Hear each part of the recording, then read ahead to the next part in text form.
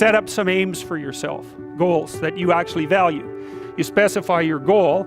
You do that in some sense as a unique individual. You want to specify goals that make you say, oh, if that could happen as a consequence of my efforts, it would clearly be worthwhile. Because the question always is, why do something? Because doing nothing is easy. You just sit there and you don't do anything. That's real easy. The question is, why would you ever do anything? And the answer to that has to be because you've determined by some means that it's worthwhile. Your time's probably worth $50 an hour, something like that. Let's say it's $50 an hour, which is perfectly reasonable. So if you waste 6 hours a day, then you're wasting about $2,000 a week or about $100,000 a year. So like, go ahead, but that's what it's costing you every hour. And you need to know what your damn time is worth. So let's say it's not $50, it's 30, maybe it's 100, it's somewhere in that range. One of the things you should be asking yourself is, when you spend an hour, was that, well, what if I paid someone $50 to have had that hour? And if the answer is no, it's like, well, maybe you should do something else with your time. And it depends on whether or not you think that your time's worthwhile. But the funny thing about not assuming that is if you assume your time isn't worthwhile, what happens is you don't just sit around sort of randomly in a state of responsibility-less bliss. What you do is you suffer existentially. Then what do?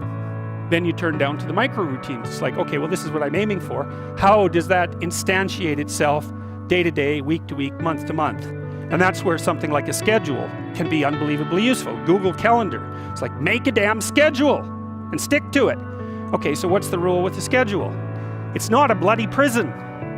That's the first thing that people do wrong. They say, well, I don't like to follow a schedule because who wants to do all these things that I have to do? Wrong. Set the damn schedule up so that you have the day you want. That's the trick. It's like, okay, I've got tomorrow. If I was going to set it up so it was the best possible day I could have, practically speaking, what would it look like? Well, then you schedule that. And obviously there's a bit of responsibility that's going to go along with that, because one of the things that you're going to insist upon is that at the end of the day, you're not in worse shape than you were than at the beginning of the day. What's the right ratio of responsibility to reward?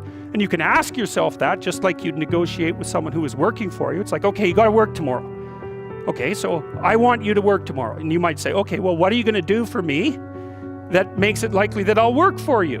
Well, you could ask yourself that, you know. So maybe you do an hour of responsibility and then you play a video game for 15 minutes. I don't know. You have to negotiate with yourself and not tyrannize yourself. Like you're negotiating with someone that you care for, that you would like to be productive and have a good life. And that's how you make the schedule. It's like, and then you look at the day and you think, well, if I had that day, that'd be good. Great. You'll probably only hit it with about 70% accuracy, but that beats zero, right? And if you hit it even with 50% accuracy, another rule is, well, aim for 51% the next week, or 50.5%, because you're going to hit that position where things start to loop back positively and spiral you upward. The goal is to have a vision for your life such that, all things considered, that justifies your effort.